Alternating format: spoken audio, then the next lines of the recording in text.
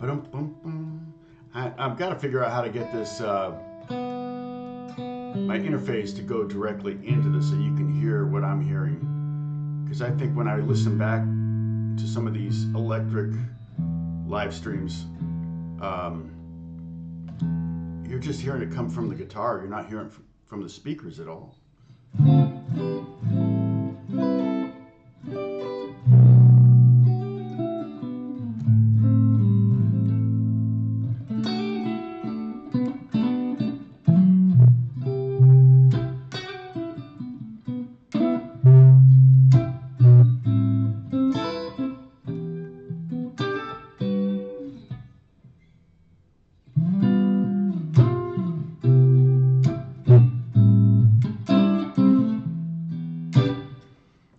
Well, let's see. Is anybody out there?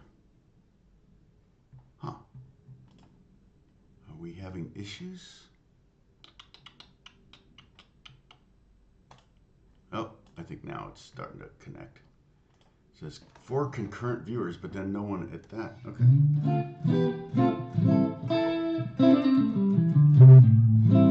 Yeah, I moved the camera because I felt like you couldn't see my hands well enough.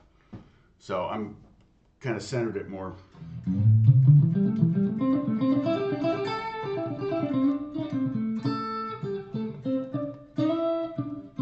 Well, there's somebody. There's a couple people. Hey, Holly.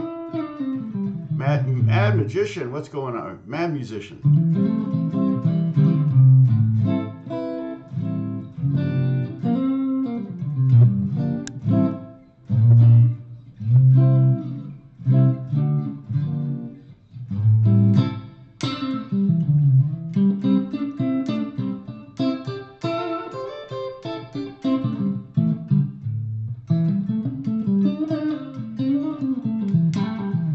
Everybody is, Holly. Trying to do bluesy guitar tune. Oof. FCCFCF.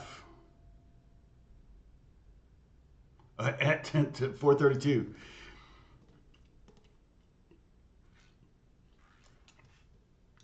Hey, Kenny, what's going on? Good to see you. Morning, Bruce. And Ken Sherlock. Good to see you again, Ken, in Michigan. Mad Musician, where are you? So 432, I'm not sure how this looks. Let me see how this actually looks better on the video, the image on. So my OBS just looks over saturated. See, can I video capture device? I really can't change like sensitivity on it. Anyway. Oh, you're in California. Okay. Yeah, the 432 thing is,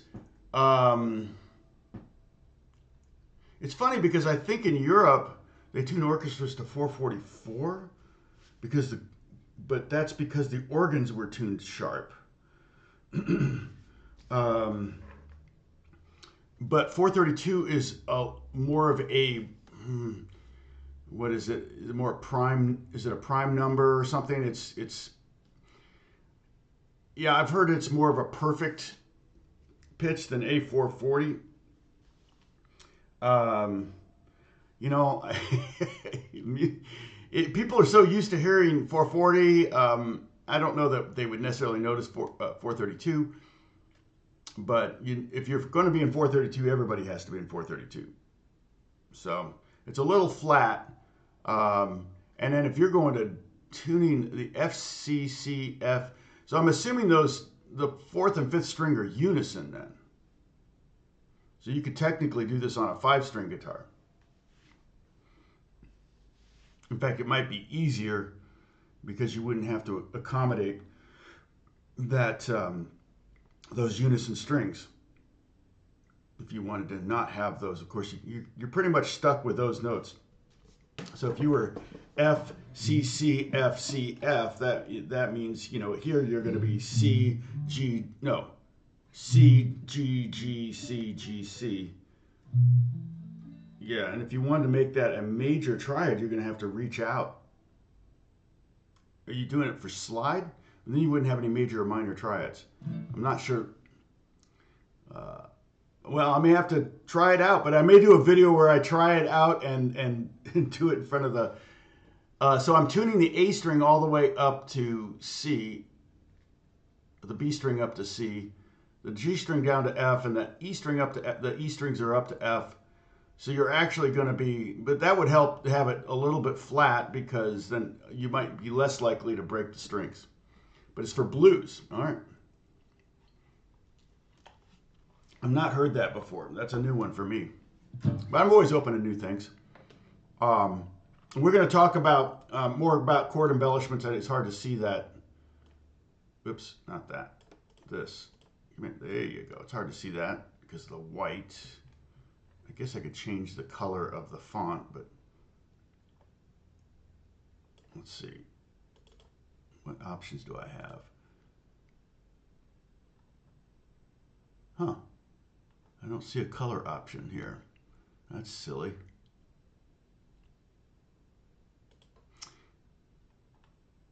Oh well. You know what this is about. Oh, you created it. Okay, so I probably won't find anything out there for it. Well, then you should do some videos on it. Make it famous, man. Let's see, Bruce. What do you? Oh yeah, thanks. Hey, John. John's in. You're in Louisville, right? Charles Bronson. Yeah, we're going to be a little bit more advanced today, Charles. We're going to, because we've been doing, if you watch these previous videos on this, when I'm teaching, which is maybe 40% of the time, although there's nuggets throughout, a lot of interaction. But I'm working on with an acoustic guitar, primarily using open chords, which really, if you're just a beginner, you know, learn your open chords, learn the 4 chords in the key of G, G, E minor, C, D. And then with a capo, you can probably play almost any song ever written in the original key. You just move it around and boom. Maybe learn an A minor chord, maybe E7, then you may learn a B7, then you might start to learn a little bit of bar chords. A major, you know, you start adding chords in there. Chords are a little tough at first because you've got to go from one chord to another. You don't have time to rebuild every time. So you got to train your hands to just automatically change fingerings, positions. And I've got a video on that, how to speed up that change. I'm not sure I can dig it up in a little bit if you're looking for something like that. But, you know, I taught privately for 35 years, and I mostly taught a lot, or I taught a lot of beginners. And so I had a lot of people that struggled with getting started. But once they get going, you know, the funny thing is the high school, junior high kids, they just take it, they learn it so fast. And they spend a lot of time on it. So if they're really into it, they spend a lot of time on it. And they've got everything down every time I show them something that by the next week they got it down. Adults, not so much. And part of it is, teaching an old dog new tricks. Part of it is dexterity. I think a lot of it is just time with your hands on the instrument. So, oh, good. My voice is easily understood. Yeah. Well, if I get some dental work, that might not change. That might change, right? Hey, Urs, what's going on? What? Oh, that's funny. Oh, me and yeah, that's right. That's funny. I'll have to look that up. Oh, you saw it on YouTube? No, I didn't. Yeah, I mean, whenever you're doing those kind of records, they're always filming, but you just never know what they're going to do with it. You never know what they're going to do with it. So, we're going to continue to talk about the caged method as it relates to coming up with riffs and stuff like that, the chord embellishments. So the thinking here is you could be playing by yourself, but you're in a trio, let's say, or you're accompanying a singer. And so there's a lot of pressure on you as a guitar player, and you feel like your playing is boring. That may not be the case. I don't want you to naturally assume that you've got to constantly fill up your rhythm playing with riffs or embellishments. that might be an erroneous decision on your part, because you might be, man, it's hard to sing with that guy. He's so busy. The most important thing to do is to lay down a solid groove in solid time. So, you know, if our groove is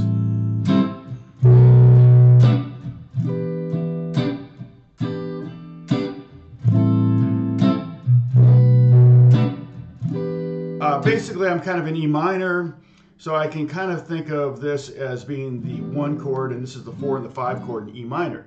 Kind of like in E major, we'd have a 4 and 5 chord, but they'd be major. In E minor, the 4 and 5 chord in a natural minor are both minor.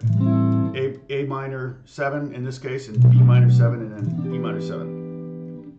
Now, part of the reason I picked these chords is because Hendrix used them in Voodoo Child. He also used G and C and F and F and C.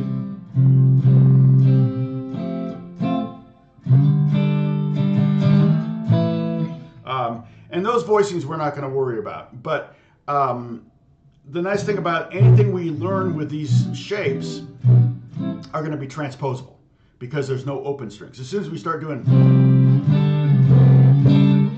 stuff like that with the open G string or whatever, or any open string, that it's not necessarily going to work in any position. But anything we learn here should work. Now, there are going to be harmonic and diatonic restrictions, okay? Like that lick I just did over the A minor, adding that ninth. Technically, that note is not here. That C sharp is not in the key. You wouldn't add the flat ninth though. That's, and I'm sorry, I'm trying to figure out how to get my interface to go directly to OBS, the you know, the mini production studio software. And so far, all I've been able to do is get the mic from the camera to do the capture, the audio capture. I'd love to be able to blend the two. Hey, Brad, good to see you. Oh, Holly, were you sick? Sorry, I missed that.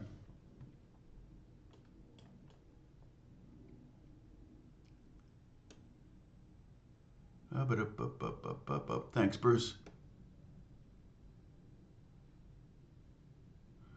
Oh,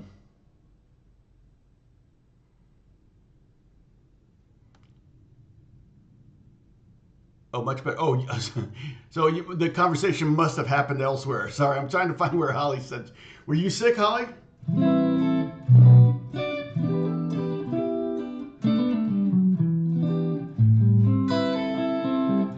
Hey, Adam, what's going on? So the caged method is going to play kind of an important role. And when I say caged method, I'm talking about the 5 major chords that you tend to learn very early in your beginning phase on the guitar. C, A, G, E, and D. That makes up the word caged. C, A, G, E. That's how they got the name for the method. And the idea is to start to see those shapes up and down the fretboard. Now, those are all major chords. And so what I just showed you were 2 different minor shapes, the A minor shape and the B minor shape, which are identical, and the E minor shape, which is based on the 5th string. And you can kind of think about them in a couple different ways. You can think of it as the A minor here as A major made minor. You want to try to visualize like how to get to it or how to find it. Use the E form. And this A minor is basically the minor version of an E form chord. And so is this one. This is the same thing. So if I were to play a major shape here, an E major shape here, that would be A major, and this would be B major. But if I take off my pinky and my 2nd finger and just leave the 3rd finger with the bar, I get a nice, beautiful A minor 7 chord. Now I'm cheating a little bit because this guitar has insanely low action. So it's not intentional. It's just kind of, the neck is kind of starting to back bow a little bit. Okay, so here's A minor 7, B minor 7. I'm going to write out all 3 chords here so you have them. If you want to like do it, I think you can highlight, copy, paste kind of thing if you want. and then E minor 7. So you wouldn't play the bottom string, but you could, because it's E minor 7. You could play that open E string, which we may do. So I'm going to put that in parentheses, and then it would be, was that 7, 7, 9, 7, 8, 7. All right. So this will, our viewership is kind of all over the place. So the A minor 7, B minor 7, and E minor 7. Now, but the other thing you can do is you can think of them as relative minors. And when you think about relative minors, a relative minor is the minor chord relative to a major chord. And it's a chord that's so relative they have, major chord and a minor chord have 3 notes in them. For example, C has C, E, G. The triad. Don't worry, there won't be a quiz on this. I'm not going to ask you what a C major triad is later. But just remember those 3 letters for just a second. C, E, G. When we go to A minor is A, C, E. So you'll notice A, C, E, we have, or Stairway to Heaven, right? You have 2 of the letters that are in the C chord are in the A minor chord. And that makes them very relative, very relatable. In other words, anything you pretty much sing or play over C is going to work over A minor, and vice versa. And that's a great songwriting tool if you're songwriting and you're like, okay,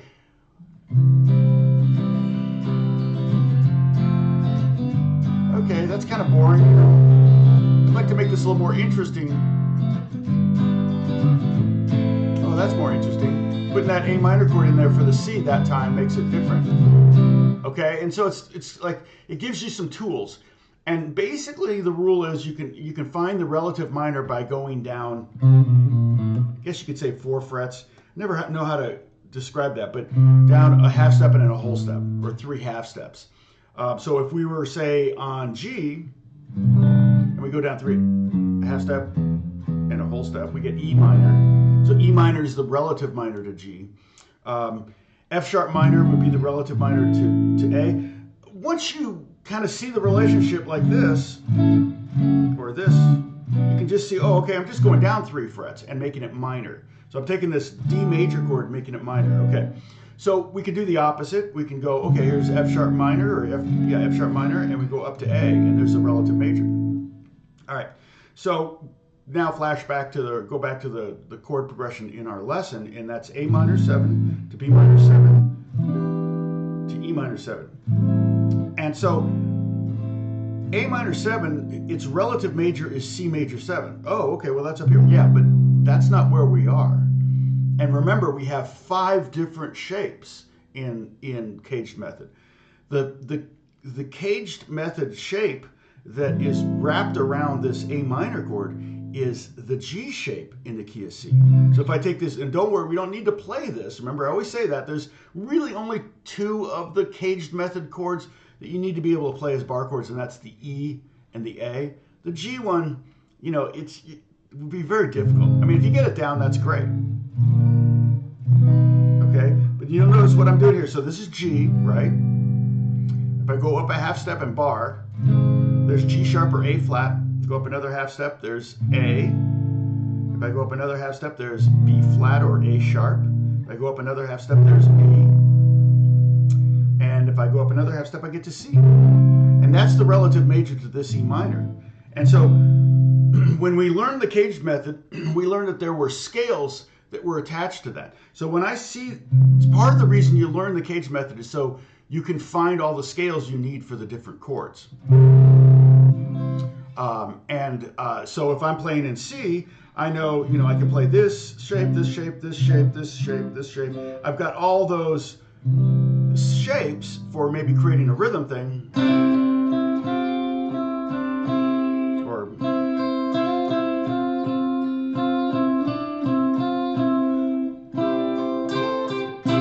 we're going to talk about all that, okay, the different shapes. We also had scales attached to those shapes, like a major pentatonic scale. And the major pentatonic scale attached to this shape, this C shape, is that what we would call minor pentatonic. So it's actually perfect. All right. So basically, by using a little bit of cage method knowledge, you can find notes that will be unoffensive over your minor chord here, or your bar chord up the fretboard. This would be true of any bar chord. And there's a couple ways I come at embellishments, okay? If I'm working with a major chord, I'm almost always thinking of suspensions. But if I'm working with a minor chord, I'm always thinking of kind of pentatonic scales. Okay, I'm gonna explain the difference there, and you're gonna see it, and I'll have you play it here in a second. But the A minor 7, right here, I got that pentatonic shape right there. That means when I play this chord, all those notes that, well, for one thing, when I play that chord, that's actually 6. If I count up all the notes in that pentatonic scale, 1, 2, 3, 4, 5, 6, 7, 8, 9, 10, 11, 12. Okay, 2 notes per string, 6 strings, that's 12 notes.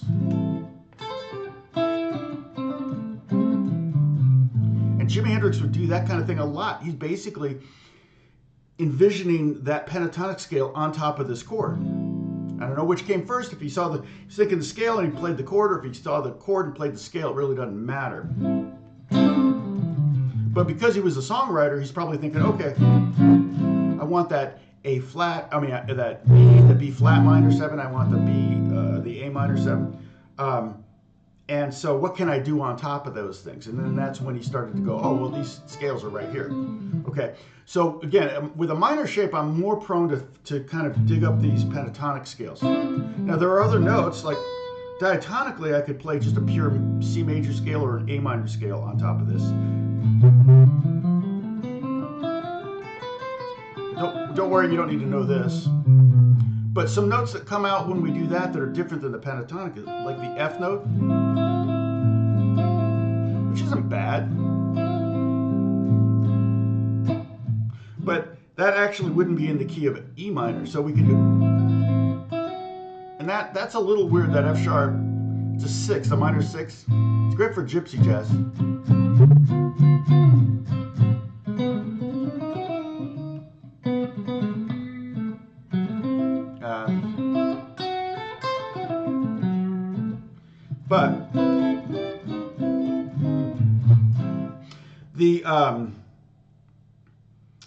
But the one that's really the money note on this is the 9th or the 2nd, which is up here on the 1st string at the 7th fret. So play your A minor like this if you can, A minor 7. If you can't, just bar the top 4 strings. And if you can get electric guitar out, it makes it a little bit easier than acoustic guitar.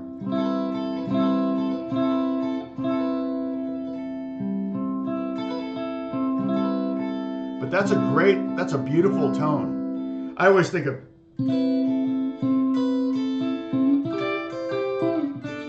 was it?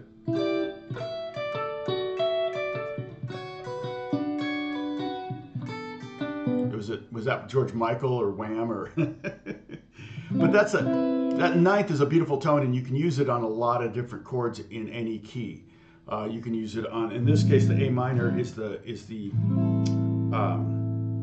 4 chord in the key of E minor, right? Or it's the 2 chord in the key of G, which is the relative major chord. Don't worry, there won't be a quiz on this. I'm not going to ask you to know this. But you can't always use it. Like I said, over the B minor, there's no C sharp in the key of G or E minor. G major and E minor are the same scales, basically. When you play G major, you go from G to G and you add an F sharp in there. When you play E minor, it's E to E and you have an F sharp. It's the same notes, it's just different starting and ending points. Leo, what's going on? Good to see you. Howdy? Is that a question mark? Hello? Oh, it is a lag, Leo. It's like a 30-second lag sometimes, but you guys, oh, what did I do? I touched my face? Oh, won't be a quiz on it. I said a lot of things. I've already done a lot of things. So the notes, like I said, in the G major scale, if you've got good short-term memory, listen to this: G, A, B, C, D, E, F sharp, G, and then the E minor scale, just the natural minors: E, F sharp, G, A, B, C, D, E. It's the same exact notes except I'm starting on E.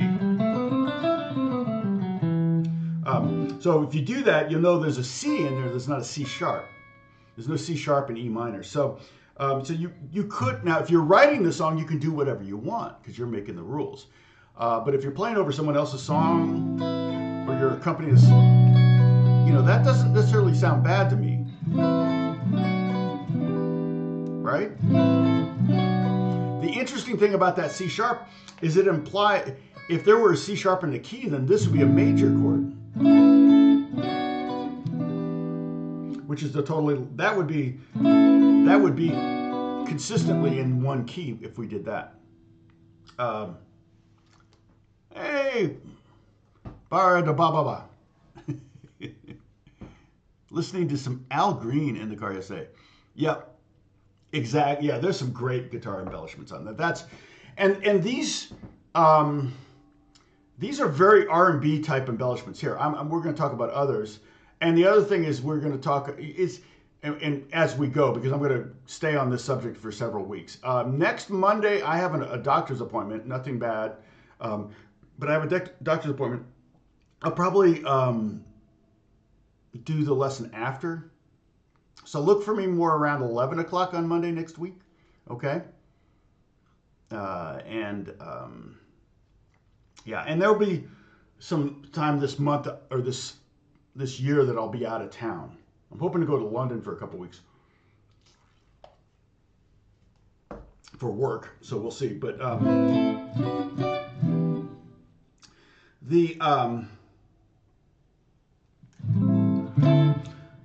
yeah, so a lot of R&B songs kind of use this kind of, and that's what Hendrix brought into rock. So now there's some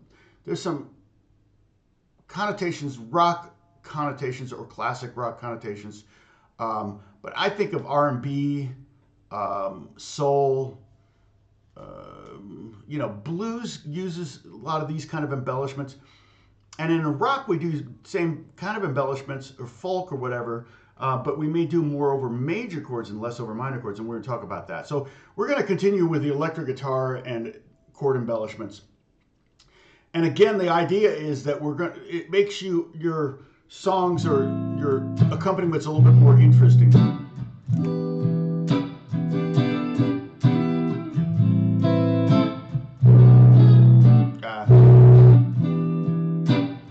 It's a little distorted, sorry. Turn this down. Okay, that's okay.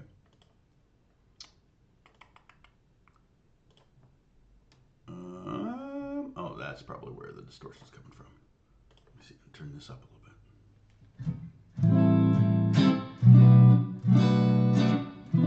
bit. Some of the distortion's coming from the fact that these are crappy pickups, which I like. It's a Squire I got for $99. I use it all the time. I think I even wrote Strahle on the edge there, see? But so let's talk about some notes that we can hit. So if we just play the top 4 strings, okay? Like I was saying before, with this full A minor 7 chord, the 6th note chord, we're playing half of the pentatonic scale. Pentatonic scale is 12 notes. This chord is 6 notes. It's half of those notes. So if you play this chord, if you learn this chord, you technically already know half of your pentatonic scale. So, but let's just work on the top 4 strings because that's where we can get, actually the bottom 4, but the top 4 are totally good for for embellishments. Okay, so what I'm going to do is I'm going to play the 5th fret on the 4th string and then 7th fret. Do that with me. This is all on the 4th string. Same thing on the next string, the 3rd string. Go 5, 7. Oh, Brad, Alex showed me the Rickenbacker. You got a Rickenbacker slide like Alex's.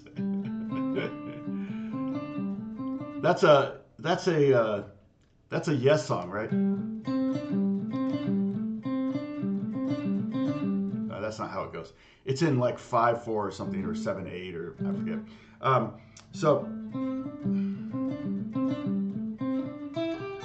And then to finish that off, the top 2 strings would be 5/8, 5/8. And so we're going to go 5, 7, 5, 7, 5, 8, 5, 8. And this, I mean, you should know this. It's a pentatonic scale, or it's a part of a pentatonic scale. Backwards would be 8, 5, 8, 5, 8, 5, 8, 5. But I wouldn't call that a chord embellishment. That's more a scale or a lick or riff or something. And the idea of this whole series is to give you maybe some tools that you can kind of use to fill it in a little bit when you're just the only guitar player.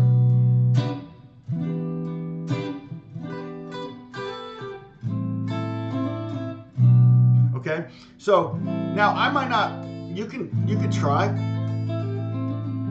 to reach out and get that while playing the bar, but I might not do that. I might do something like hit the chord like this, and then go to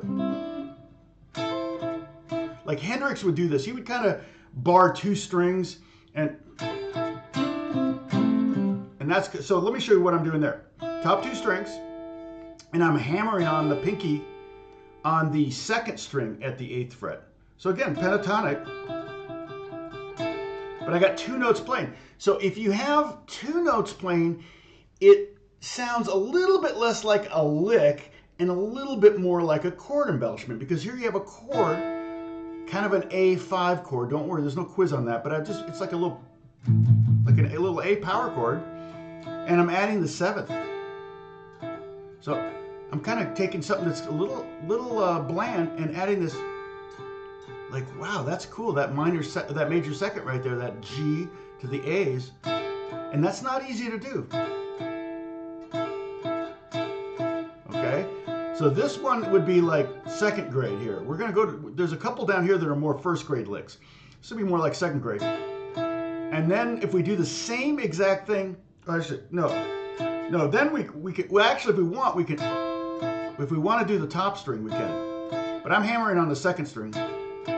And then then the next lick is more of the 1st grade lick. It's a little bit easier because you can use your 3rd finger instead of your pinky. A lot of us, we're going to have problems with the strength of our pinky, and we're also going to have a problem with that pinky deadening that 1st string.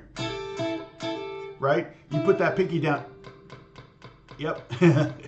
And you might not get anything out of that E string. Like that E string might not be ringing anymore because you laid your pinky down. You really got to be really precise, almost like you're trying to hit the string like this, right? And and that's where having a little bit of a curl to your pinky when you do it. Okay, but the next one is a little easier because we can use our 3rd finger, so we're gonna have a little bit more confidence with that. And so what I'm hitting is the 2nd string and the 3rd string at the 5th fret. I'm just hitting those 2 notes. You can do that. The top 2 notes is like this, like Chuck Berry, right? And now we're doing the next 2, and then we're going to hammer on. Again, hammering on is kind of like trying to drive a nail, trying to drive your finger through the fretboard.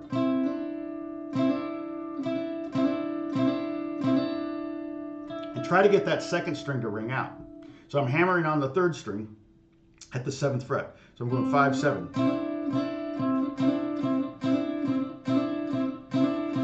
Okay, and so what I've got is I've still got a chord ringing out, a 2-note chord, and this is a C and an E. So that's kind of, so it kind of sounds like a major chord. This would work over a C chord. If I visualize, again, visualize this C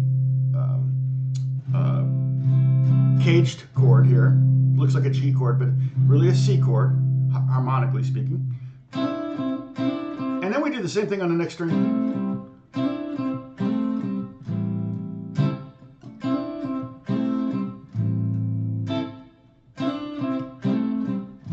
Okay, that's a great little embellishment. So now the next string, so the next lick was middle 2 strings. I'm barring at the 5th fret still, just getting 2 notes.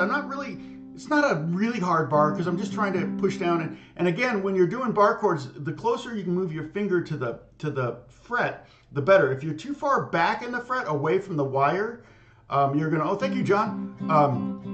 You're probably gonna have to push harder, or you might get deader sound. Okay. Okay, no worries, John. I'm going to stop teaching now anyway. No, I'm just kidding. So now what I'm doing, I've got a G and a C, and that's the 7th and the 3rd of that A minor. So it's, you know, kind of, now we're getting in the sexy jazzy area.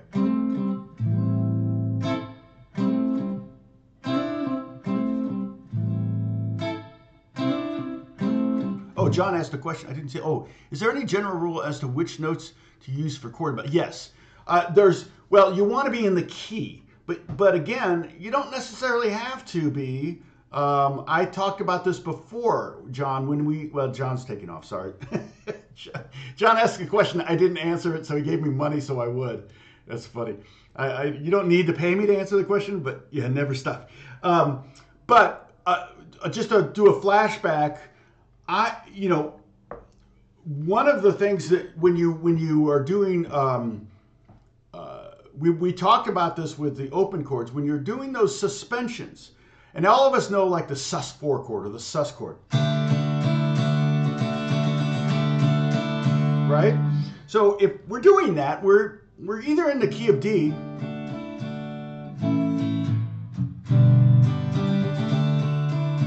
right? We're in the key of D major, or we're in the key of G, because those are the only two keys that D sus to D major would fall naturally.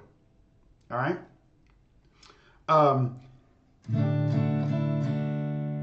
But there are 3 keys, so there are 2 keys. G would be the other one, like I said.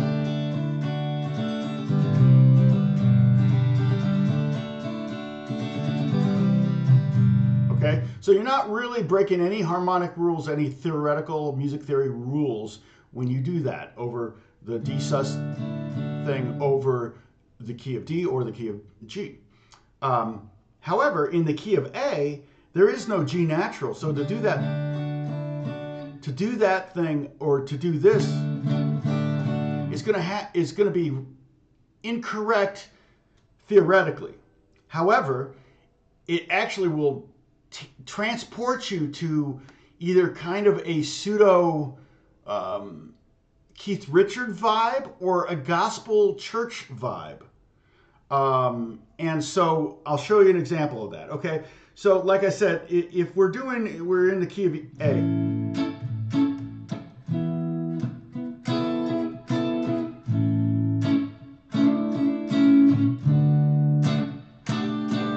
See, that sounds amazing. I love the sound of it. It breaks the rules, but it works. So what I did there was I'm in the key of A. Okay, I'm in the key of A, and there's 3 major chords in the key of A: A, D, and E. 2 of those can do a simple sus4, where the 4 is just 1 fret or 1 half step above the 3rd. Don't worry, there won't be a quiz on this. I know some of you are getting it right now, and when I explained it a month ago or whatever, you didn't understand it. Now you're getting it. So know that this is going to be explained again, probably several times in the future, and you'll get it one of those times. Don't worry too much about it. But the 3/4 sus is a very common, tool to use, and it occurs that's in the key of A. The E sus to E is also in the key of A. All right, so we haven't offended anything. But this one, see, that's a G natural. And we know that in the key of A, B, C sharp, D, E, F sharp, G sharp, A. It's not, okay, that would be G mixolydian. Don't worry. Okay, now I'm really muddying the waters, and I apologize. Hey, Doyle, what's going on? Yeah, I'm hammering on. You don't have to. You can pluck it. But there's the A, and here's the E. I'm doing kind of a bar thing with my 3rd finger. I'm more interested in you in hearing what's going on. Hopefully you can hear this.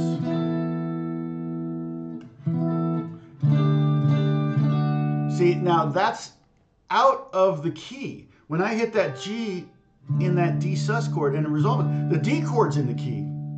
If I were to do it in key, I would use the sharp 11 or the sharp 4. But that, I love the sound of that Lydian thing. That would be the proper note if we were to be pure A major, okay? But that doesn't take us to where we want to go. We want to go to church, or we want to go to a blues thing. That takes us more to a movie score. Like, I hear a movie theme right there. Metaphysical musician. The Amen cadence would be the 4, yeah, the 4-1. And yes, when you're doing that sus, you are kind of implying a little bit of an amen cadence. All right? And so, because when you're playing the sus over the E, you're playing an A note, it kind of implies that you could also do A over E, or you could just go, and that would be a 4-1 cadence, which is the amen cadence. And that's kind of what, in a very, very small way, because the amen cadence would be 3 chords or 3 notes to another 3 notes. But in a sus4 situation, when you do, you're kind of playing a little mini amen cadence. You're just doing 1 note instead of 3 notes to 1. So let me just, yeah.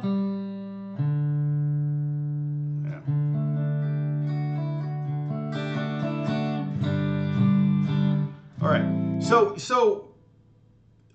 just right there, we had 3 little embellishments over that A minor chord. We don't have to do all 3 of them. You could do just 1 of them.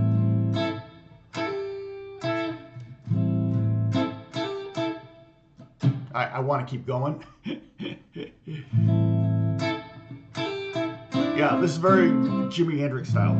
Well, over the minor chords especially. He was kind of the godfather of that kind of thing.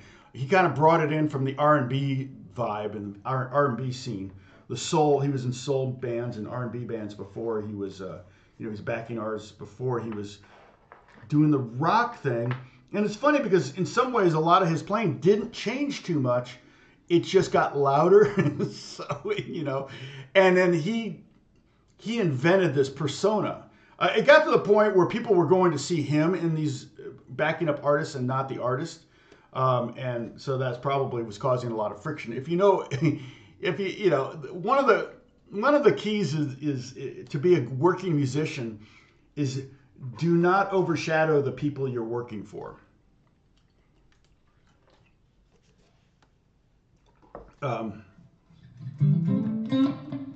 So now, again, the idea here is not to do a chord and then some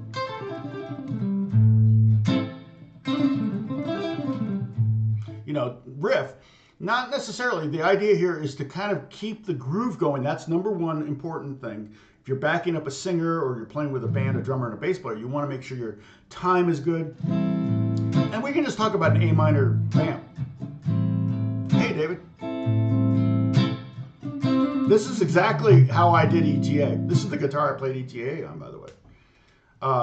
And in fact, this chord progression that I'm using in this lesson is, that's what I played. I played B7 instead of E, but I'm trying to keep it a little simple today with the E minor, or using minor shapes. But yeah, I'm always trying to find ways of embellishing chords. With ETA, it was like I came up with a chord progression, just kind of messing around. They asked me for something that was kind of gospel R&B, and then I started embellishing it. Once I knew what I was in, the whole time I've got the tape deck on. I'm recording, not cassette deck. My studio tape is rolling. That way, if I do something freaking amazing, which happens about once every 10,000 minutes, I've got it on tape, and then I can go back and go, that was cool. Let me see if I can develop that.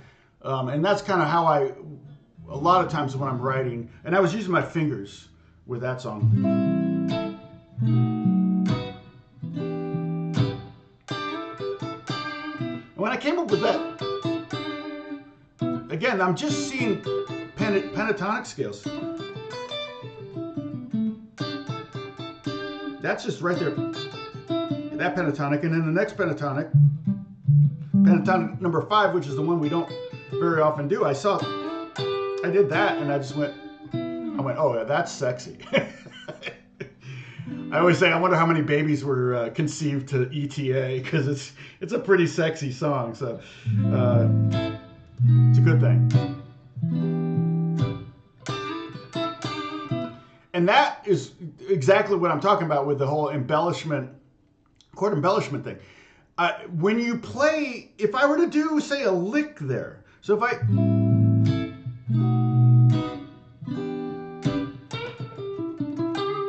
that's not a bad thing, but you're not hearing the harmony still.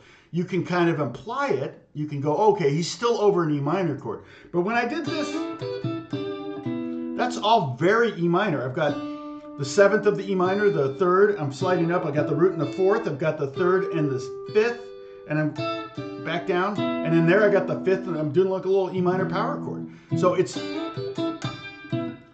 a very much an E minor, a bunch of little E minor chords, a bunch of 2-note E minor chords. And that's kind of what we're doing here. Now, it's a little easier, I think, with the fingers, but I have really good fingers because I studied classical guitar. I do finger style guitar. I do a lot of finger picking things. And so playing with my fingers on electric is a kind of a natural thing for me, but when I got electric in my hand, I'm 90% of the time I got to pick. You can also do what's called hybrid picking, which I'm not very good at. Alex is better at it than I am. Oh, David, sorry. Yeah, I'm talking about that, Bruce. So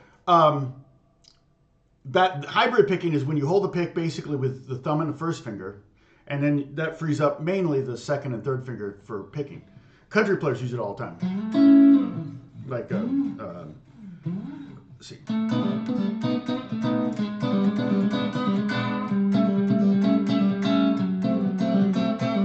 So I'm playing that. I'm playing the D string with the pick, and I'm playing the B string and the G string with the 2nd and 3rd finger. Just making a bunch of kind of circle of fifths is what I'm playing right there. So, in fact, I've been meaning to do some circle of fifths videos, licks. Anyway, so yeah. So what I'm doing again. Now, I could do that, right? Remember the pentatonic scale we just did? All those notes are fair game. And I could go up to that C note up there with the pinky. 2 things. It's a pinky. The pinky's a little weaker. And then that doesn't sound as good as the 9th. Woo!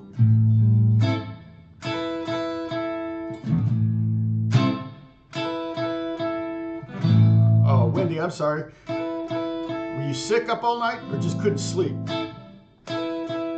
You know, we've been cold plunging, Beth and I, and it's helped her sleep through the night. Now, we haven't done the last few nights because she's got a sinus infection. But every night before we go to bed, we cold plunge.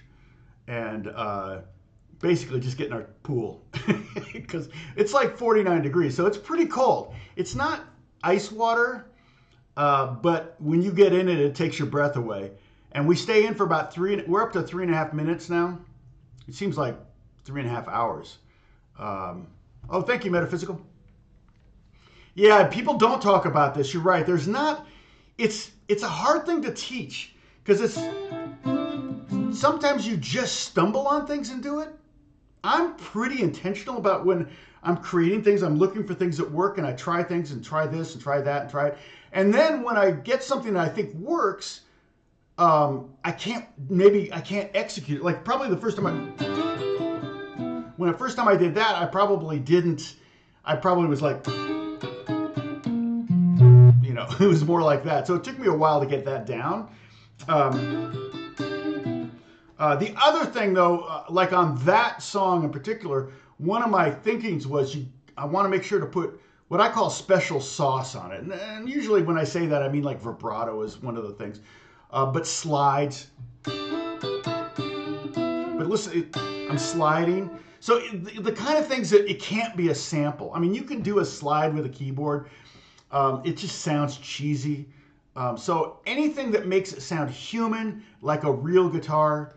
And the crazy thing about ETA is it's not a loop. That's the entire song is, I mean, they took, there's one, I think when I may have done that 2 times in the thing, and it's 4 times in the song or something.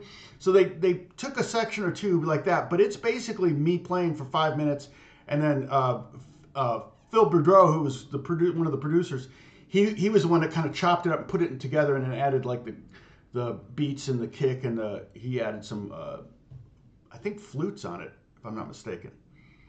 He played flute on it and then pitched the flutes weird. So it's always, you're always trying to do something weird. Now with me, I was just trying to get a cool guitar sound, vibey. But I put a lot of wiggle on that, okay? And we can, you know, that's another thing. That's personality. We're talking about chord embellishments. So I'm just trying to get you to visualize some things over the minor chords in this case. So we're over the A minor chord, A minor 7. And I'm adding that 9th instead of the 7th. I mean, I'm adding the 9th instead of the 3rd, or the 2nd instead of the 3rd. I don't want you to be too confused, but the 9th and the 2nd are the same thing. And I could hit 3 notes or 4 notes. Okay.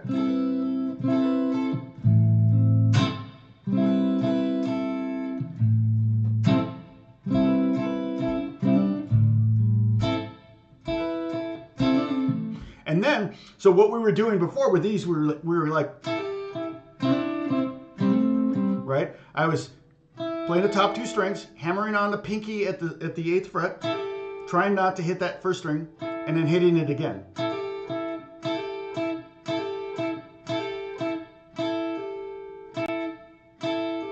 And then the next string, I'm going with a 3rd finger, and then like that. You can practice that. Turn these into little exercises, okay? You can do all 3.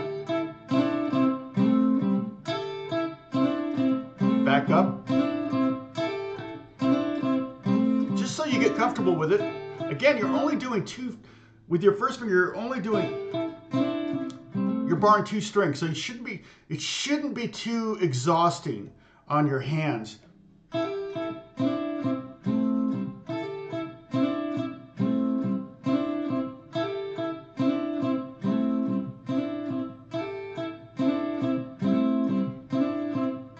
Now, if you want to take it to the next level, do a hammer on and pull off. Notice I'm only plucking once. And that would be a very Hendrixy thing, right? And I'll get to that one in a second, but yes, exactly. It's kind of about visualizing the chord. You may not even have to visualize the chord if your hand's already on it, right? But superimposing the scales on top of it, the notes that work. I'm superimposing mainly the pentatonic scale when I'm dealing with minor chords. And again, when I'm dealing with major chords, I'm superimposing the suspensions, the sus2, sus4, sus6. We're going to talk about that in future lessons. Today we're just talking about minors. In fact, I'm not really going to worry about these other chords. We're just going to do like this shape here and the A minor shape and kind of talk about that because we're already an hour in. So, but you can tell I could talk for hours on any one of these. I've never had COVID. I've not had COVID either. So, as far as I know, I mean, I guess you could have such a mild case of it that you wouldn't even know you had it, or you wouldn't bother getting a test or something. But because I work at home, so nobody's asking me to get a test. When I did that episode of Hacks back in December, I had to get a test, and then I had to send them. They sent me a test. I did it, sent them a photo, all that with my ID and all the whole bit, you know. So I mean, I don't know. I could have been. I mean, because that was like 2 days before. I could have totally been exposed the next day. So I don't know. Okay, so we got the hammer on, hit, and then or a pull off. That's going to be harder. And when I do so when you do a hammer on, again, you're trying to kind of drive your finger. You want that finger to come as straight over the top of the fretboard as possible. So you're not hitting anything but just that one string. But when you do a pull off, it's almost the opposite. You want to pull towards the floor. Because really what you're doing with a pull off is you're plucking the string. I can do a pure pull off where I just pull it. I'm kind of coming down this way again, like, you know, like boom, straight on this and pull it straight away like that. It's not going to have the same volume because when you hammer on, you hit that string against the fret wire and it generates vibrations. Okay, like for example, see, I'm not even plucking it, but if I just pull it off, I'm not going to get any sound. But I can just hammer it on like that, and I'm going to get some vibration. But when you pull off, so this is going to be something you're going to have to practice. You pull off towards the floor, but there's an added benefit. One of the things that's happening is, again, you're generating volume because you're freaking plucking the string. The other thing that's happening, though, is you're plucking the string below it at the same time. Listen to this. So you're hearing both the A and the E. So what's happening there? Well, you're hitting the chord again. So you're keeping the harmonic thing going. It's when you do that, you have it sounds less like a lick and more like a chord embellishment, because technically 2 notes or more is a chord. So you actually don't want to avoid hitting the string below when you're doing these kind of embellishments. There may be a time where you want to avoid hitting the string below. Maybe in classical music when you're doing, they don't call it hammer-ons and pull-offs. They call it in classical guitar, and I hated those studies. I had to do those. And the top of your hand is so like throbbing at the end of like 20 minutes of doing, what's it called? Anybody, if somebody thinks of it, let me know. I can't think of the term. It's escaping me. I studied classical guitar, but it's been a long time. So yeah, so now again, that pinky up there on the eighth fret is fine, but I like that ninth. So you don't need to do all of those, 1 or 2 or any of them. You make it your own. But like, here's the chord.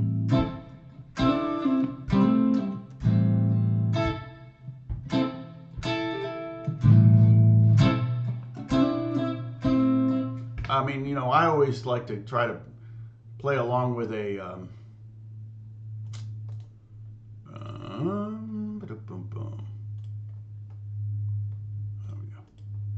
there we go. Oh shoot! Why do I always do that? Okay.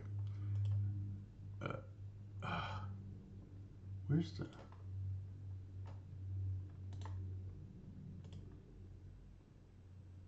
That's what I want. All right. So I'm just going I'm just adding a drummer track. I'm going to use, I'll pull up an R&B. Let's see if we find something slow though. Slow jam it says. Let's see what, oh, that's too fast. Okay.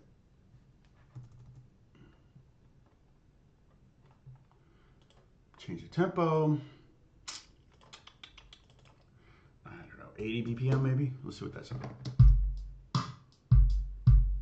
Man, that's too fast. I'm going to go 64. Because you can always think double time on these. Man, that's too slow. This porridge is too hot.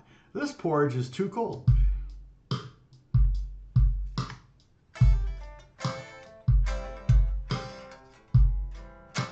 Yeah, that's pretty good.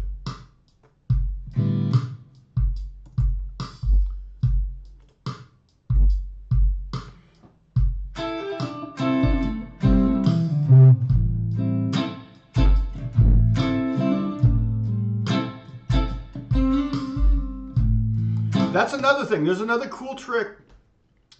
It works on the 3rd and 4th string and on the 4th and 5th string. You've got these 2 notes are in, okay, so I'm at the 5th fret and I'm on the 4th and 3rd string. Those 2 notes are in the pentatonic scale and these 2 notes are in the pentatonic scale. Right? Can you still see that scale? I mean, we learned it a long time ago. It's the #1 scale you should learn when you start doing rock and blues, okay? See that? Those 4 notes are all good over this chord. And And so now here you might have to push down pretty hard to play 2 notes because you want to keep it ringing. So play those middle 2 strings and slide it up 2 frets. Now you may go up 1 fret, you may go too far. Just practice going up 2 frets and keeping it ringing. And you can kind of sense how much pressure. You don't put enough pressure on, it's just going to die. Okay? But anytime you hear that, that's what that is. They're just taking those fourths, this is a fourth, and sliding it up to the next fourth. Now I could do it, I've done that. It's a really far way to go, and it's not as iconic as the whole step. This is a minor third, this is a major second. So even, that's part of that lick.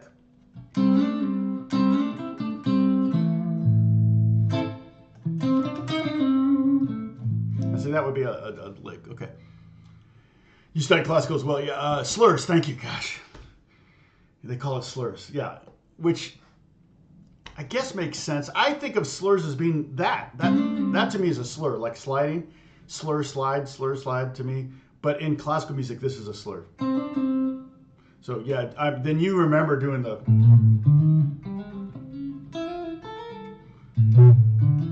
Whatever. I don't know, there's some... just thinking about it makes my hands sore. Strings are dead, yes. Yeah, I like dead strings to a point.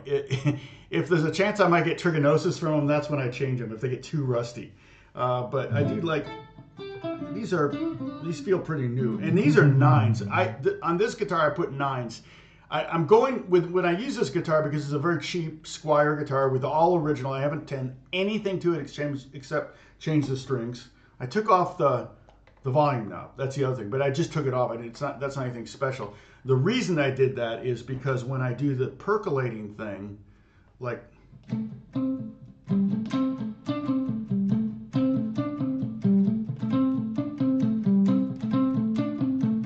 I'm doing that kind of thing on a track, very 80s kind of vibe, with my pinky, I was turning the volume down. So I'm like, why does it sound weird? I'm like, oh, I turned the volume down. So I just took the knob off so that wouldn't happen. You know, it's no big deal. Because I won't move it when it's like this for some reason. It's just easier to lower it with the knob on it accidentally. So I just got tired of doing it accidentally. Heck, if I did it with this, I'd go ahead and just I would just have it always on, the volume all the way up, and just take the knob off, kind of like Eddie Van Halen. Or I'd move the volume knob down here or something like that. But yeah, so that's what that is. But anyway, so we're back to this A minor 7 chord. Again, the chord I'm playing, A minor 7, is basically 5, 7, 5, 5, 5, 5. 8, 6, 7, 5, 3, 0, 9. All right, A minor, so 5, 7, 5, 5, 5, 5. There we go. All right, that's the chord shape I'm building on.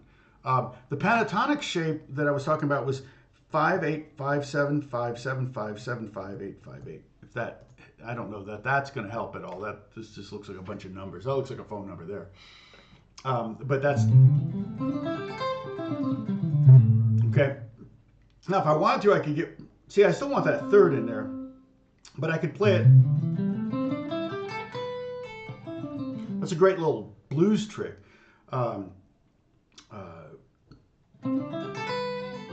Over the 5 chord.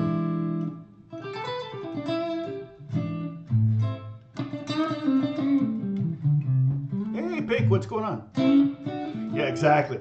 I need to turn it one more and it won't go there, so I have to set it to 11. So yeah, so the idea here is to kind of keep the rhythm going. You've got here. Hold on a second. Got the beat.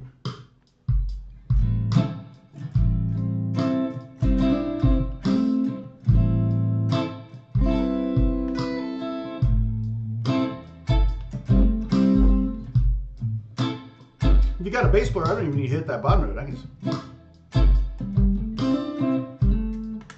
if I got a bass player doing like this,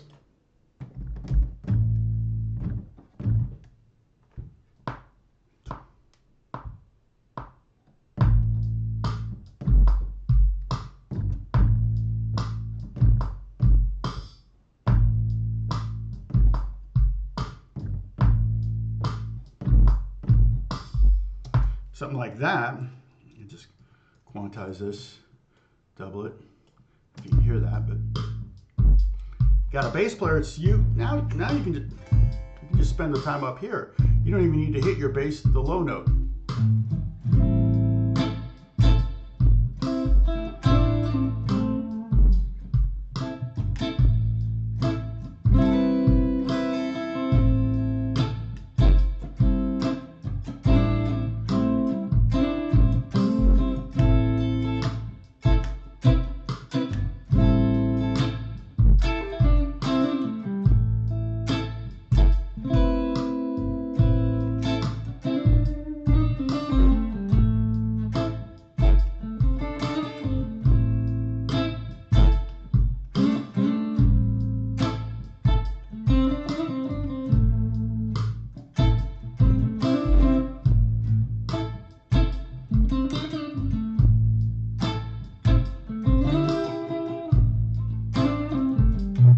Again, what that lick, that is just like I'm visualizing the next.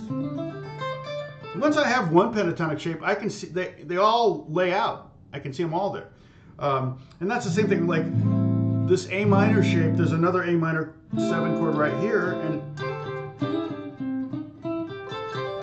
yeah, I see pentatonic, what I call pentatonic number 2. When we're visualizing that over the major chord, we're seeing this E form when we're doing the cage thing. But I can also see this A minor, and that all works really nice. So I'm just, here I am down at the 5th fret.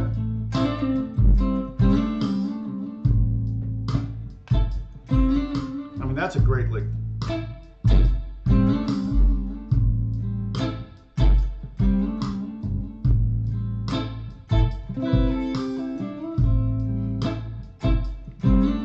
I'm sorry, Joseph.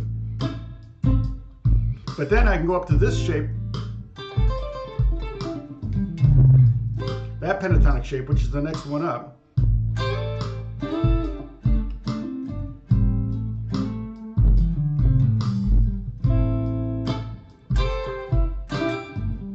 And I'm doing that same kind of thing where I'm hammering on the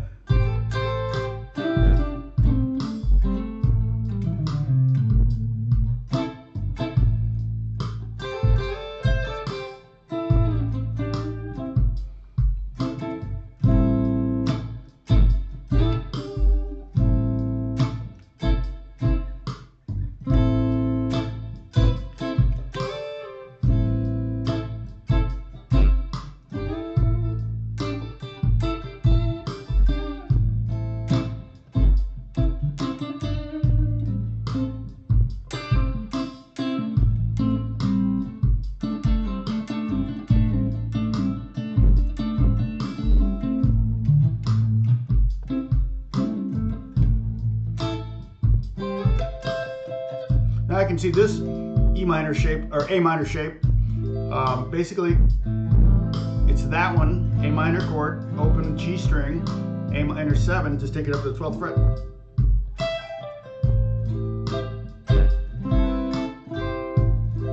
And that's, you know, you start adding these shapes, and again, it's kind of caged method based. You can arrive at these minor chords 2 ways from the caged method. You could take, I could be visualizing this A major and go, okay, A major is here, make it minor. Okay, here's an A major, okay, make it minor. Here's an A major here, make it minor. You know, here's an A major here, how do I make that minor? Well, kind of like that. So I can do it that way, or I can just visualize, okay, C is here.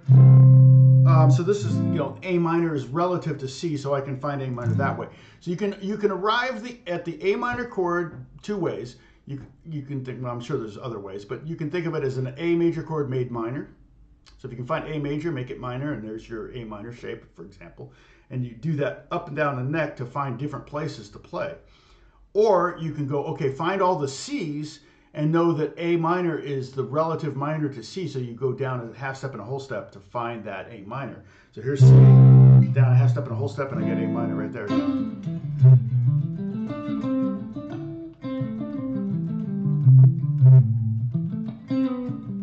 China Girl, yeah, David Bowie, yeah. And that was Stevie Ray Vaughan, right? Was he playing on that? Was that Stevie Ray Vaughan on that song? I know he was on Let's Dance. But I think once he played on Let's Dance, the Bowie was like, okay, he's playing on the whole record. Might have been Niles Rodgers. Niles Rodgers is phenomenal at this kind of stuff. He just nails this stuff. I've always been a huge Niles fan. Sorry, someone's trying to call me. I'm going to text him just to make sure everything's cool.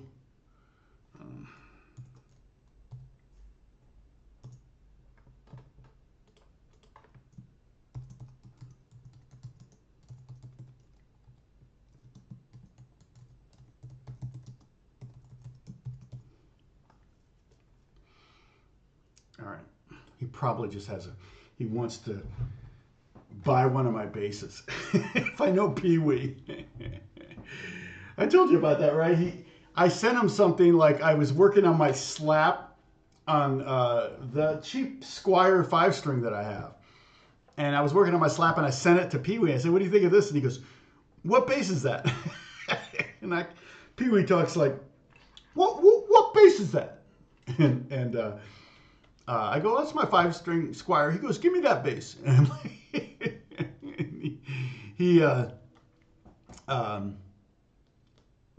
Nile Rodgers, yeah. Did I say Niles Rodgers? Nile Rodgers. Yep, yeah, that's a great progression. I mean, that's almost every Roomba song, right?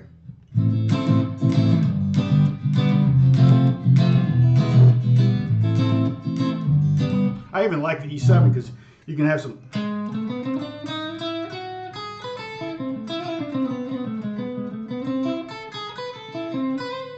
You can have some fun with the harmonic minor there. But Pee Wee was like, no, give me that bass. And I'm like, I'm not going to give you my bass, Pee Wee. He goes, no, I'll buy it from you. I'll buy you a new bass. I'm like, no, I like this bass. And so he called me like 4 days in a row wanting to buy that bass. He like fixated on it. So I said, okay, we'll go to Guitar Center. I'll pick out a new 5-string and you buy that one for me and you can have mine. So he totally did it. I was like, I didn't think he'd do that. And it didn't matter to me. I'm like, fine, okay, because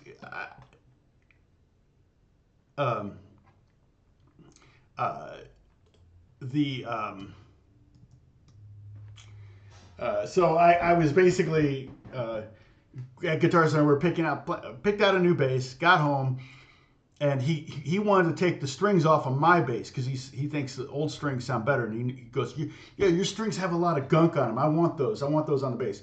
Or no, I forget what he was. No, yeah, he wanted the new strings off of the old bass. I mean the new bass. So he wanted the new strings off. He put my strings back on, which I'm fine with. I don't care.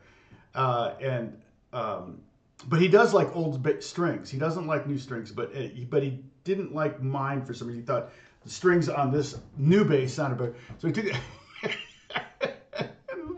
About a week later, he's like going, you trade the bass? Would you trade me those two basses? I'm like, you want me to get my bass back? He goes, yeah, but I'll take the strings and put it. But he decided not to ultimately. But it was like, I think the grass is always greener. He's a phenomenal bass player. But for some reason, you know how it is. It's like you go into Guitar Center and you could be a pretty good guitar player. You go into Guitar Center and there's like somebody playing like something you've never done before, you've not heard before, or something's like, wow, what was that? And you turn in the corner, it's like a 13-year-old kid and you're like, oh, I stink. And then you realize that's the only thing they can do. That's all the Instagram guitar stars and stuff. It's a lot of one-trick ponies, and a lot of them, they're faking it. They actually recorded it, and then they're pretending to play along with themselves, and they're videotaping that. I mean, and they make money so they can justify spending the whole day doing one song. Especially if they're in, you know, some third world country, because I've seen a lot of those. And, you know, but then when you go to see them live, they're like, oh, all right, yeah, you're not as solid as I thought you were. So, and I'm not judging, because, you know, I like working from home. You know, I've got music, you know, I've got music that I make it sound really good when I'm done with it, and send it off to the composer. But if I were to be live in the studio and try to sight read the whole piece down, you know, I wouldn't nail it, and it would be like, oh, I thought you could play it. I'm like, well, yeah, I could play it by myself in my studio in stages and punching, because it's technically not playable. So I literally had to tune down notes to get these chords and blah blah blah. So it's like, oh, okay. So now, fortunately, everybody knows that, but you know, and I can do stuff live too. It's not a big deal. Steve Barry, what's going on? You know nothing about being fixated on gear, yeah. No, Pee Wee definitely, yeah. If I were to show up with a new bass, he'd be like, whoa, what's that? What's that bass? Where'd you get that from? You know, I like messing with him. He's one of my best friends, and I like him a lot. And he just called me, so I texted him. I said, everything okay? He said, yeah, just call me when you're done. I'm like, all right. So I'm going to get one of those conversations. I also have to make sure I have the band set for the next couple weeks. So, okay. So again, to find some embellishments on the minor chord, and it's a very Jimi Hendrix thing to do. I'm visualizing what is a basic rock scale, the pentatonic, the minor pentatonic on top of that. All right, and we're just doing it with, I should have come up with a graphic. We're just doing it with this shape right now, but I should have done a graphic, and then next week do a different graphic with a different shape and the chords. But we did talk about these in the past. In fact, if I were to pull up my folder I have, let's see, where is it on my desktop for YouTube, and then live stream stuff, and it's got 545 items. So in fact, here it is right here. I just happened to pull it right up. Look at that. So if that helps, great. You see that?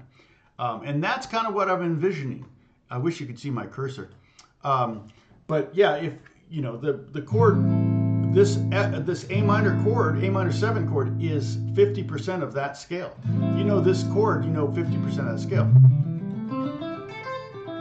It's a real easy scale to memorize. You know, it's kind of like, this is all just first finger there. So 5th fret, it's all 5th fret, and then it's 8, 7, 7, 7, 8, 8.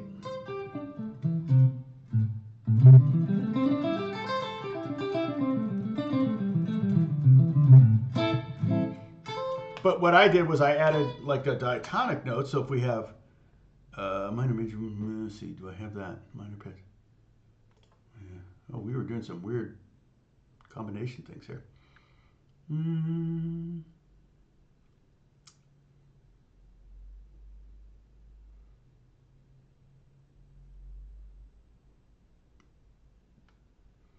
not seeing a simple one.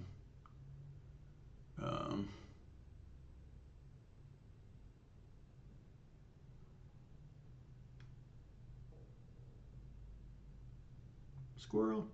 I saw the squirrel art. Who did the squirrel art again? I forget who did this. Does it have your name on it? Oh, Bonnie. Oh my gosh, Bonnie. Remember Bonnie? That goes way back to last. This. Bonnie did. Oh, how do I make this smaller? Dang, I hate that. It automatically makes it giant.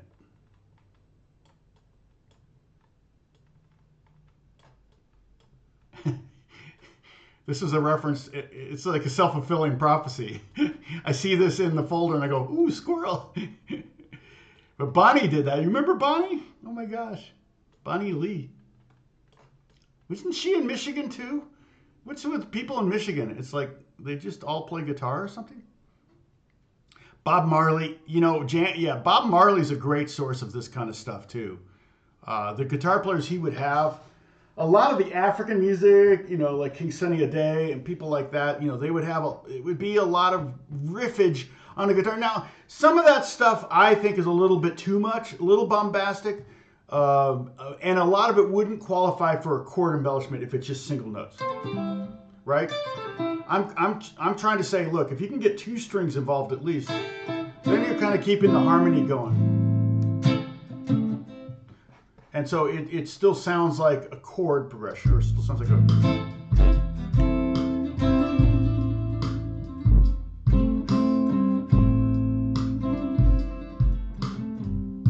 It's Bonnie and Jim.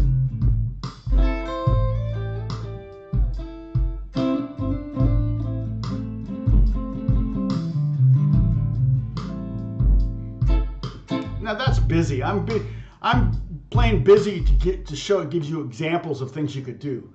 But more importantly is, again, to keep the groove going, make sure the drummer and the bass player know that they can trust you to carry the song. Make sure you're not like the singer's trying to sing and you're going exactly like that. How was that, Tom? Make sure you're not being too bombastic to distract. And again, if the singer's the lead, like if you're just a backup person, if it's a band and there's 4 people and whatever, blah, blah, blah. But if it's the people are coming to see, let's say, Bonnie Lee, and Bonnie's singing, yeah, I hope she's doing great too, Max. Oh, yeah. Yeah, you got that lick down. She's going to want to be the star. So if you're distracting from her, you may get fired because she may be going, yeah, that guitar player, I don't like him. She may not even know why she doesn't like the guitar player, but it'll be could be something like, yeah, she just senses like people are watching him and not her. And so an artist doesn't want that. Now, if it's just you singing or just, it's a trio or an accompaniment, like clearly David Lee Roth expected Eddie Van Halen to be bombastic. Eddie approached the whole thing differently too. Now, part of Eddie's thing was his sound and his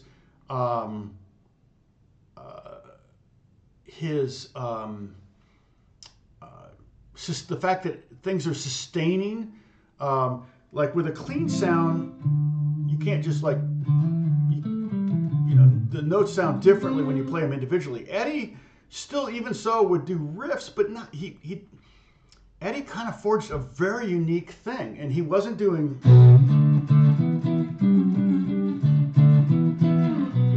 power chords. He wasn't playing,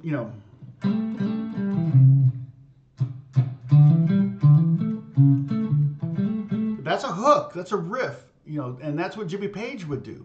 He created riffs and hooks. Eddie was like, weaving through chord progressions. Like the chord progressions were there, but nobody was playing. And he would do a lot of things like bass player might be sitting on an A, and he would play kind of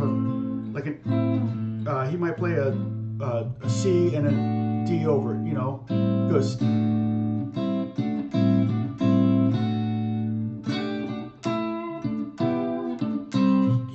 He was a totally different way.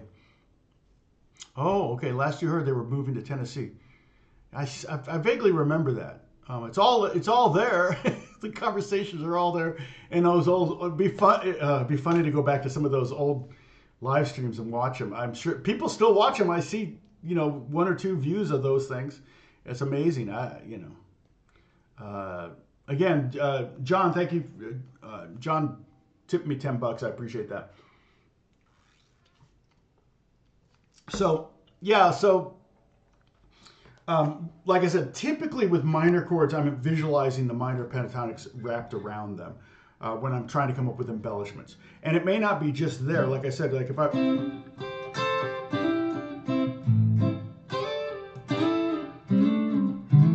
For that lick, those fourths, those parallel fourths, I'm visioning pentatonic number 2. up here at the, basically the 7th fret, and pentatonic number 1 at the 5th fret, because I got, those are in pentatonic number 2, and then these are right there in pentatonic number 1. If you look right here, you can see on the 4th, 5th, and 3rd string. I said that weird. 5th, 4th, and 3rd string. All right.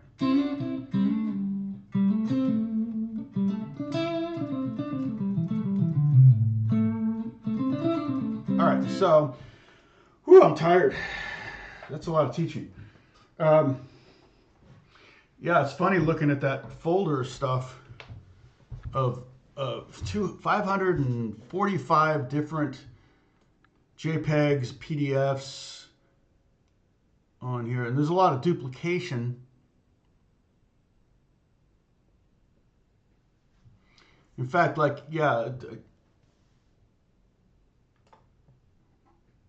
it's interesting. I've got things like this where I'm visualizing. This would be a, well, at the 2nd position, that would be an A chord right there, right? A G shape. You can see it looks like a G shape if you look at the 2 R's there, but it's moved up 2 frets. That is, then I superimposed over that the major scale. But if you get rid of this, you could put that bar there, could be anywhere. See, like if I line it up right here with this, it's basically, you could think of it as a C chord, and you can see the C major scale right there, which is the same as the A minor scale. So, all right, let's get rid of that. Anyway, great lesson.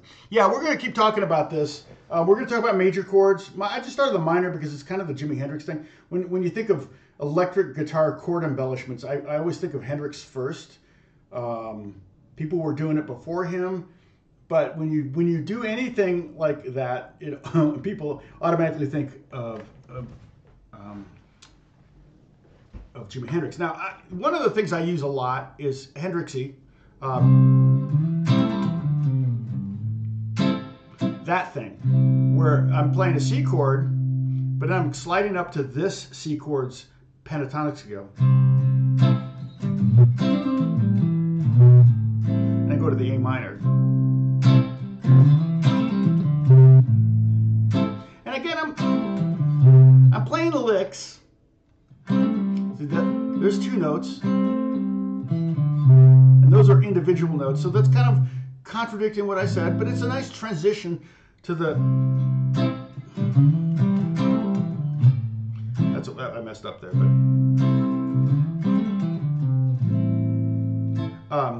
and that's kind of what you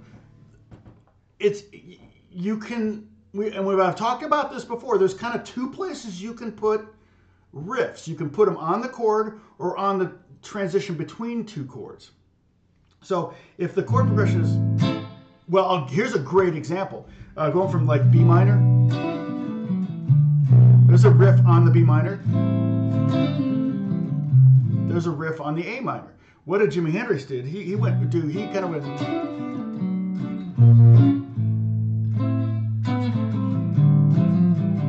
whatever he did on Voodoo Child. He gets it. We haven't talked about the 9th there. We added the 9th up there, but we didn't talk about this one because it's really, that's a big stretch. But we'll talk about that one. But he used this chromatic chord. He went B flat minor 7 to the A minor 7. I mean, A, it's just super sexy, but B, it's a transition.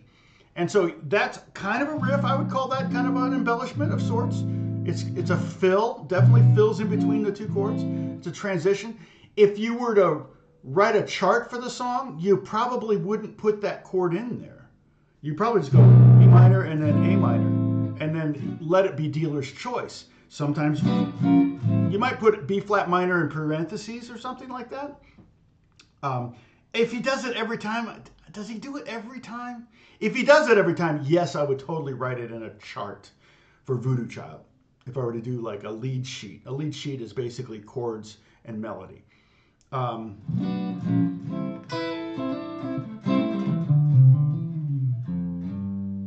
he goes,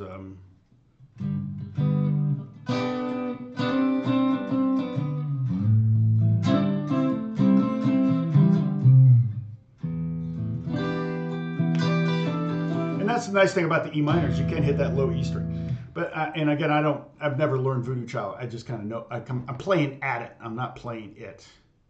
And I wouldn't want to because I mean I wouldn't mind learning it, but that's not how I learned guitar. I learned songs when I was teaching, and I learned songs when I was in a cover band. But I left the cover band when I was 21. Otherwise, I've got music in front of me, or I'm being asked to write something. So that's why I don't know. Like I have a huge catalog of songs that I know. When people, play something, I'm like, play a Beatles song. I'm like, okay, where's the piano? So yes, yeah, Jimmy wouldn't do the no, and that's a sign of a guitar player with lots of ideas. Right? If you're a one-trick pony, which like I said, you see that a lot on Instagram. Kids have a certain thing that they can do, and they just do it all the time, and it's like, that's cool. Let me see if I can get that down. Okay, I got it down. Now I got your thing down. So but Jimmy wasn't like that. You couldn't get Jimmy down. Imagine if he was still alive and playing. What he would be doing. He's not the kind of guy that would be doing this, playing the same. He would have changed his playing like he'd done up to that point. He would have been doing different things, So I don't know. Gosh, that's weird. That's a multiverse question. What would the universe look like if Jimi Hendrix never died? I mean, ultimately died. Not that. What if Jimi Hendrix were immortal? What would the multiverse? If Jimi Hendrix were immortal, we probably wouldn't know it yet, right? Unless he kept falling off of buildings and just getting up and walking away. Then we'd be like, wait a minute, who's this guy? He'd be on the news every day. But yeah, if he were immortal, we wouldn't know it yet because he'd only be like, how old would he be today? He'd be like 79, something like that. He'd be a little bit younger than the Beatles. The Beatles are all in their 80s now. Oh my gosh, that's insane. Well, I'm in my 60s. So I guess it makes sense. Oh, no worries, Brad. Thank you. I appreciate it. You have a great day too, Brad. Yeah, hammer-ons and pull-offs, that kind of stuff. A great thing to work on. We'll continue to work on this because it's going to be a side lesson to these things, And like I said, talking to you about how to play hammer-ons and do pull-offs and everything. The best way to do them. If that's part of the lesson, I'll add that technique, lesson in there as well. So, okay, what else we got going on? You missed everything, Charlie. You just totally missed everything. But welcome. Yes. No, Bob, like somebody mentioned, was that you that mentioned Bob Marley? Yeah, Bob Marley's guitar player. Definitely, that's a good example of someone that, and reggae for the most part is a very simple kind of pop, pop, like the guitar, it's 2 and 4 kind of thing. And, but there's always another, in that music, a lot of times there's always another guitar player kind of playing more busy stuff. And one of them's, their job is to play the time and play the 2s and 4s, kind of match the snare. Not played a lot of reggae music, to be honest. My dad was really into, my dad was into reggae before anyone had ever heard of reggae. He was really into calypso. My parents would go on their vacations, they would often go to the Caribbean. I was just looking at the islands yesterday, and I think my parents went to Bermuda, Puerto Rico, I think they went to Dominican Republic. We went to Curacao. I can't remember. There were several others. Jamaica. They went to Jamaica. But then once they went to St. Croix, that was it. They went to St. Croix every time after that. They really liked St. Croix. Something about the catamaran, and they made a friend down there, a guy named Llewellyn, and then they ended up buying land down there. They bought two pieces of land, 2 properties. But they bought them on the hill. I don't know if it was a scam or not, but they were never going to get electricity, water, and sewage up those hills. So they bought it, and then all they did was pay taxes on it year after year. I think after 20 years, they both sold the properties. They sold both the properties. I don't think I know we don't have them anymore. Otherwise, I'd be getting a bill. Oh, Jimmy turned 80. He would have been 80. So, yeah, we wouldn't know if he was immortal yet. But anyway, if in an alternate universe where Jimmy Kendricks lived to be 85, I wonder what that would look like. I wonder how much of the universe would be different. Yeah, that's weird to think. It's always weird to think about that kind of stuff. It's always weird to think, like, what if your parents never met? You wouldn't exist. And what caused them to meet? I mean, my mom and my dad met in college, and my mom was crashing a frat party, and my dad was playing drums at it. My mom was in a sorority, and she came in through the window of a party, and she I think fell or something in the window, and my dad was sitting there playing drums, and she's like, he's cute, and that's when they started dating. Imagine if that hadn't happened, they probably never would have met. I wouldn't be sitting here right now. Nor would my kids. Reggae musicians studied Motown. Yeah. Oh yeah, you basically lived in Jamaica. Yeah, that makes complete sense. Reggae kind of, it's not, and it's also kind of Afro-Cuban. But you're right. It kind of feels more like Motown than it does Afro-Cuban. Like Calypso feels more like African, but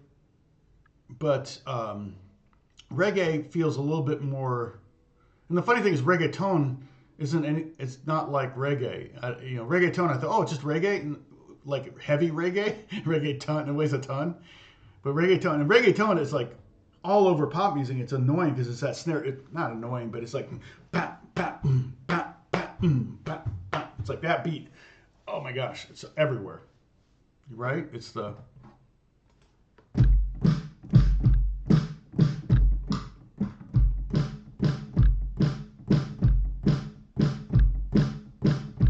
Like, oh, it's almost like a triplet feel or something. Yep, I should get going too. Yep. Well, and also on reggae, like for example, let me get the guitar. The bass player often won't play on a downbeat, right? So whenever I think of reggae, and you think about like. The Police kind of did that thing where they kind of merged reggae with punk and kind of came up with their own sound. That was part of their early sound. But like, so let's say it's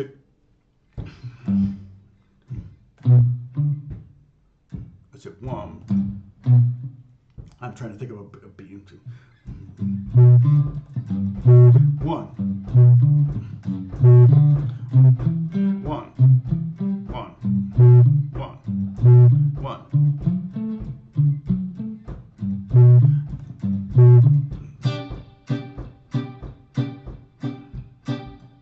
Yeah, I'm trying to remember who the artist was that my parents brought back a 45. Wish I still had it. When my mom, we were selling her house, I looked all over that house for that 45. It was a 45 with a white label, handwritten on there. It said, "Take it easy." And but I can remember the song because I played the crud out of it when I was a little kid. It was like, "Take it easy, no need to worry, take it easy." And it might have been a cover. I think I found the song, but it wasn't that version. But my parents, like I said, they would go to the Caribbean, and they brought it back from Jamaica or Curacao. Take it easy, reggae song. Yeah, see, there's something here. I think I heard it. Oh, this is probably it. This is it. Yeah, I don't want to get in trouble here. I'll get in trouble on the live stream if I play too much music. But yeah, it's, with Rocksteady beat. Who is it? Hopton Lewis. Yeah, that's awesome. I got to send that to my sisters.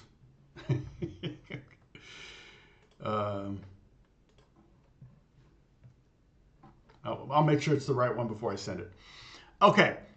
Oh, here it is. I'll post it here for you guys. I'm pretty sure this is the 45 we had. Now, I don't know. The fact that it was a 45 and handwritten may have been something that was pirated. My parents bought it. They probably paid 25 cents for it at the time. So I have no idea if they bought it from this guy. Let's see. Hopton. I'll look him up and see. Maybe. Copy. Does he have Jamaican? That would make sense. He's a Jamaican singer. So you know who he is then, probably. Who said they lived in Jamaica?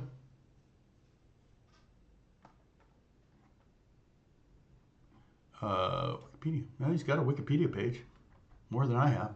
He died in 2014 at the age of 66. 47, yeah. Kingston. Singing at church. Everybody, all the R&B singers started in church. There's just no way you're gonna. Take It Easy, 68. That was the first song. That's crazy. No need to worry. Take it easy. Rock steady hits, yeah. And I guess you would call that reggae, right? That's reggae. Anyway, check it out. Buffalo Soldier, yeah, that's a great song. Okay, everybody, I'll talk to you later. Bonnie, if Bonnie jumps in, she'll be like, hey, my squirrel. Tom Squirrel. Oh, that's right. We were calling it Squirrel University, right? If you guys graduated from my school, there won't be a quiz on it. We'll continue on the minor chords, major. Basically, we're going to continue with the electric guitar and chord embellishments, fills, and riffs. Okay, and this all can lead to soloing. Soloing should be an extension of the chords, and not just like a chance for you to show off or something like just play. Oh, look at all the scales I know. Soloing should be about creating melody or a new melody or a counter melody to something else that's going on. But that's a whole nother set of lessons there too. So anyway, God bless you all. I will talk to you later. See you. Now remember, next Monday I'm going to be a little late, probably a couple hours late. So I'll probably post something on Discord. I got a doctor appointment. I'm getting my ears checked out. So just to see if there's anything in there that's causing my left ear to be less than it should. You're welcome, Ken. Thank you so much. I go to the eye doctor twice a year because I'm blind in one eye. I should go to the ear doctor at least once a year because I'm basically deaf in this ear. It's bad. I mean, the high-end stuff is gone. And I don't think that's coming back. But if there's by chance some hardened wax deep in there, I want to know.